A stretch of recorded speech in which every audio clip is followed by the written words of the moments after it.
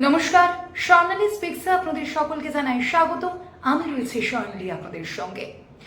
আজ আমরা দেখেছি একেবারে ভোর থেকে শুরু হয়েছে এক বিদায়ী বিধায়ক, এক তৃণমূলের বিদায়ী বিধায়কের বাড়িতে আয়কর দপ্তরের তল্লাশি, এবং সেই তল্লাশি অভিযানে আমরা দেখেছি শুধুমাত্র সেই বিদায়ী বিধায়কের বাড়িতেই নয়, নির্বাচনী কার্যালয়, পার্টি অফিস, এমনকি তার শাশুড়ির বাড়িতে পর্যন্ত পৌঁছে গিয়েছিলেন আয়কর দপ্তরের আধিকারিকেরা। কে সেই বিধায়ক, সেই নিয়েই আমার আজকের এই ভিডিও, এবং অবশ্যই তার যে কেন্দ্র, কোন সেই কেন্দ্র এবং সেই কেন্দ্রে এবারে অর্থাৎ 2026-এর কি হিসেব রয়েছে, সে সমস্ত বিষয়ে আলোচনা করবো আপনাদের সঙ্গে। আলোচনায় আসবো, তবে তার আগে আপনাদের অনুরোধ জানাই, আমার এই চ্যানেল যদি আপনাদের ভালো লাগে, স্বর্ণালী স্পিক্সকে যদি আপনাদের ভালো লাগে, তাহলে অবশ্যই তা সাবস্ক্রাইব করুন স্বর্ণালী স্পিক্সকে, লাইক, কমেন্ট এবং শেয়ার করুন, এবং একই সঙ্গে বেল আইকনেও ক্লিক করতে কিন্তু ভুলবেন না। আসা যাক আলোচনায়।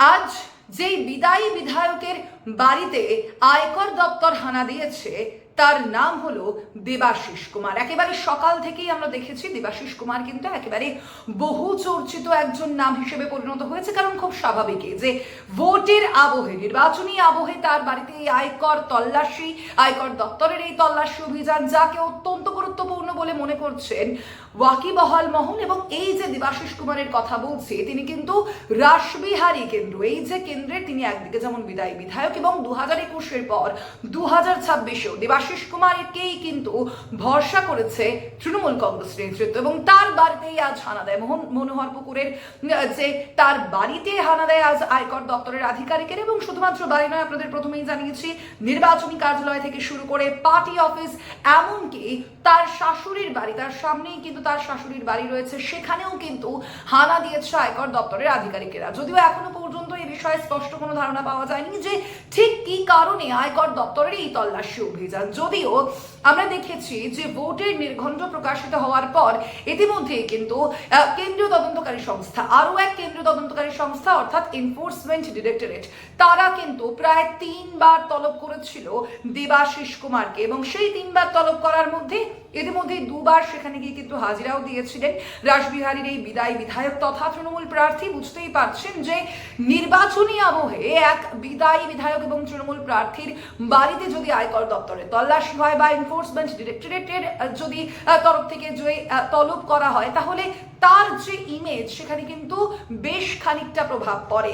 রাজনৈতিক মহলের একাংশের কিন্তু মত এমনটাই বলছে, এবং সে কারণেই দেবাশিস কুমারের যে ইমেজ, সেই ইমেজে এই যে দুটি, এক হচ্ছে আয়কর দপ্তরের তল্লাশি অভিযান এবং আরো একটি হচ্ছে এনফোর্সমেন্ট ডিরেক্টরেটের এই যে বারংবার তলব, তা কিন্তু যথেষ্টই গুরুতরভাবে প্রভাব ফেলবে বলেই মনে করা হচ্ছে।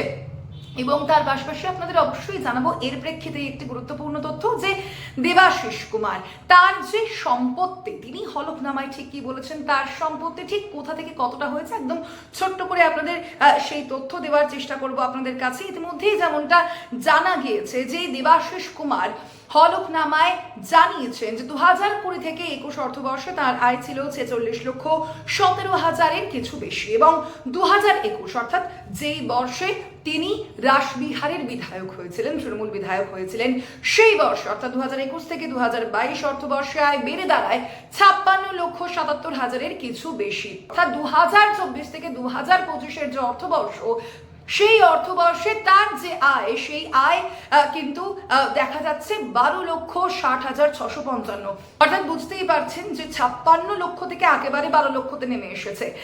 2021 থেকে 2022-এর যে হিসাব, অর্থাৎ সেই হিসাব অনুযায়ী কিন্তু আমরা পাচ্ছি, যেটা রাসবিহারীর বিদায়ী বিধায়ক অর্থাৎ দেবাশিস কুমার তিনিই কিন্তু দিয়েছেন হলফনামায়। তিনি কি জানিয়েছেন যে 56 লক্ষেরও কিছু বেশি কিন্তু তার আয় ছিল সেই অর্থবর্ষে। তবে এবার অর্থাৎ 2024 থেকে 2025-এর যে অর্থবর্ষে তার আয় নেমে দাঁড়িয়েছে 12 লক্ষে।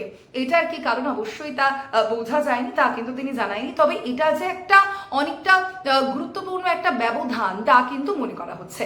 পাশাপাশি অবশ্যই আপনাদের জানাবো এই যে রাসবিহারী কেন্দ্র, সেই রাসবিহারী কেন্দ্রে হিসাব কি বলছে, অর্থাৎ কি যে 2021-এর নির্বাচনে ঠিক কি কত ব্যবধান ছিল জয়ের এই দেবাশিস কুমারের, এবং লোকসভা নির্বাচনেই বা ঠিক কি হয়েছিল, এবং এসআইআর, যেটা কিন্তু খুব গুরুত্বপূর্ণ একটা বিষয় এবারের অর্থাৎ 2026-এর বিধানসভা নির্বাচনের ক্ষেত্রে স্পেশাল ইন্টেন্সিভ রিভিশনে নামই বা কত বাদ গিয়েছে সেটাও জানাবো আপনাদের। রাসবিহারী যে কেন্দ্র, সেই কেন্দ্রে 2021-এ আমরা দেখেছি দেবাশিস কুমারের যে জয়ের ব্যবধান ছিল তা ছিল 21,414। আর এই কেন্দ্রটিতে অর্থাৎ লোকসভা নির্বাচনে কিন্তু আমরা দেখেছিলাম তৃণমূল প্রার্থী মালা রায় তিনি বিজেপি প্রার্থীর থেকে এগিয়েছিলেন মাত্র 1,691 ভোটে। বুঝতেই পারছেন, যেখানে দেবাশিস কুমার তিনি 2021 সালে বেশ অনেকটা ব্যবধানেই কিন্তু জয়ী হয়েছিলেন, অর্থাৎ 21,000-এরও বেশি ভোটে জয়ী হয়েছিলেন। সেখানে লোকসভা নির্বাচনে তৃণমূল প্রার্থী তিনি বিজেপি প্রার্থীর থেকে জয়ী হয়েছিলেন তো ঠিকই, তবে সেখানে ব্যবধান কিন্তু অনেকটাই কমে দাঁড়ায়, ব্যবধান মাত্র 1,691-তে এসে দাঁড়ায়। আর এই কেন্দ্রে সমস্ত হিসাব কিন্তু ছাপিয়ে গিয়েছে স্পেশাল ইন্টেন্সিভ রিভিশনের যে নাম বাদ যাওয়ার সংখ্যা। এবারের যে নির্বাচনের ক্ষেত্রে যেটা অত্যন্ত গুরুত্বপূর্ণ, এসআইআর এর নাম বাদ গিয়েছে এই কেন্দ্রে 43,585 জনের নাম। বুঝতে সেই কারণেই আপনাদের সামনে কিন্তু 28শে ফেব্রুয়ারির সেই হিসাব আমি তুলে ধরলাম। অবশ্যই এক্ষেত্রে কিছু অ্যাড হয়েছে ধরেই কিন্তু আপনারা চলুন। এই যে রাসবিহারী কেন্দ্র, সেখানে কিন্তু এবারে এই এসআইআর এর নাম বাদ যাওয়ার যে সংখ্যা তা কিন্তু অনেকটাই গুরুত্বপূর্ণ। বুঝতেই পারছেন 2021-এর যে জয়ের ব্যবধান ছিল দেবাশিস কুমারের, এবং তার পরবর্তীতে লোকসভা নির্বাচনে তৃণমূল প্রার্থীর যে জয়ের ব্যবধান ছিল সেটাও কিন্তু অনেকটাই কম ছিল, এবং তার তুলনায় অনেকটাই বেশি নাম বাদ গিয়েছে এই কেন্দ্রে এসআইআর এর কারণে।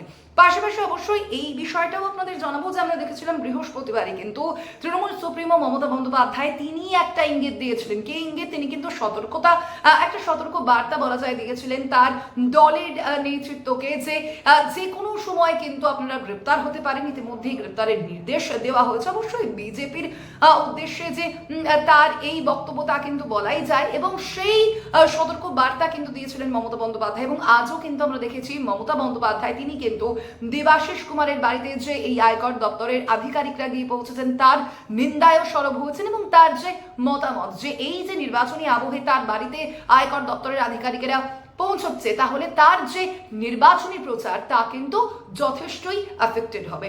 মমতা বন্দ্যোপাধ্যায় কিন্তু এমনটাই বলছেন। অবশ্যই দেবাশিস কুমারের বাড়িতে এই আয়কর দপ্তরের তল্লাশি অভিযান ঠিক কতটা প্রভাব ফেলে তার যে নির্বাচনী ফলাফলের মধ্যে, তা সেদিকে অবশ্যই আমাদের নজর থাকবে। তবে আপনাদের কি মনে হয় যে দেবাশিস কুমারের বাড়িতে যে আয়কর দপ্তরের হানা এবং তার পাশাপাশি এসআইআর এর নাম বাদ যাওয়া এত সংখ্যক ভোটারদের যে ভোট, সেই ভোট কি দেবাশিস কুমারের যে ফলাফল, সামগ্রিক যে ফলাফল হবে সেখানে প্রভাব ফেলবে? জানান আমার কমেন্ট বক্সে। অবশ্যই আজকের এই আলোচনা এখানেই শেষ করছি। আজ এই পর্যন্তই। তবে আলোচনা শেষ করার আগে আপনাদের কাছে আরো একবার অনুরোধ জানাবো, আমার এই চ্যানেল যদি আপনাদের ভালো লাগে, স্বর্ণালী স্পিক্স যদি আপনাদের ভালো লাগে, তাহলে আমার এই চ্যানেলটিকে সাবস্ক্রাইব করুন, লাইক, কমেন্ট এবং শেয়ার করতে ভুলবেন না, এবং একই সঙ্গে বেল আইকনেও কিন্তু ক্লিক করবেন। ধন্যবাদ। শুভরাত্রি।